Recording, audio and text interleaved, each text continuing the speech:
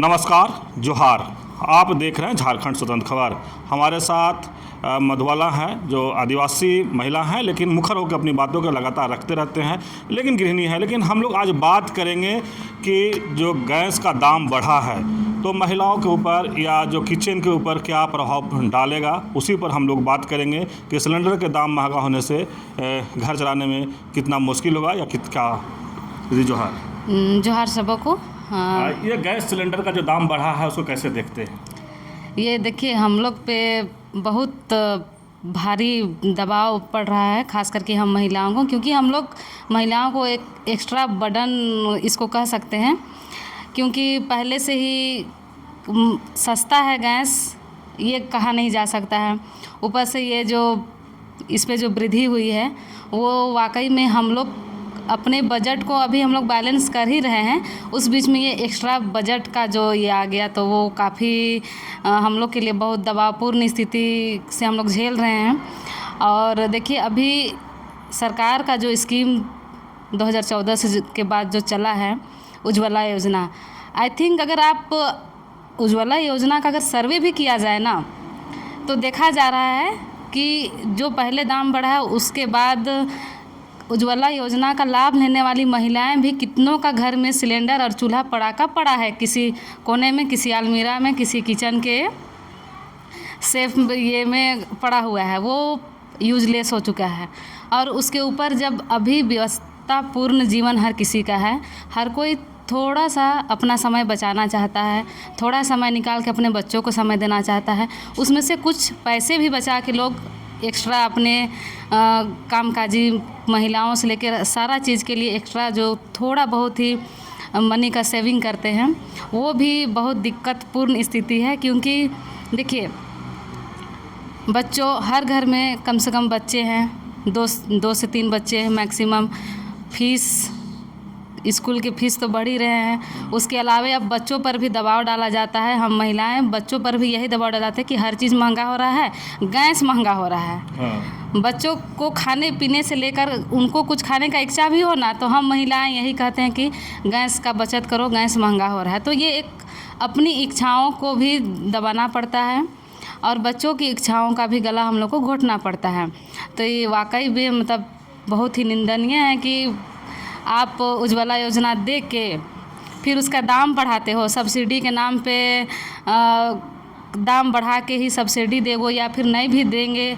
और तो हम लोग के लिए कोई भी मतलब हाँ, लोगों की नहीं उज्ज्वला में या किसी भी जैसे नहीं, बहुत मिनिमम सब्सिडी के नाम पे, कभी एकदम मिनिमम। हमको तो लगता भी नहीं है कि मिलता भी है, क्योंकि बहुत लोगों ने तो सब्सिडी छोड़ा भी है ना। हाँ। छोड़ा भी है।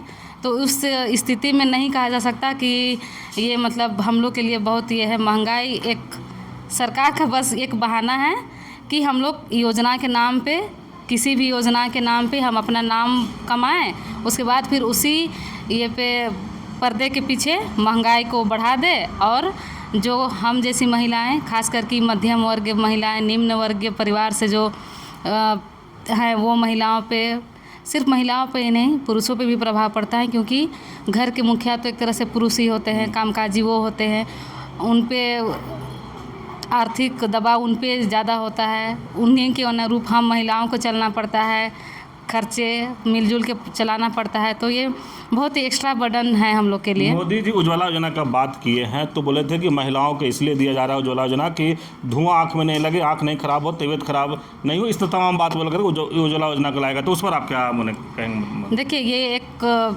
सिर्फ मिथ है। सरकार जो किया है ना, वो मिथ है कि धुआं से महिलाएं पीड़ित नहीं होंगी, सांस रोग, दमा रोग, ये सब का संख्या कम होगा, ये कहने का रह गया है।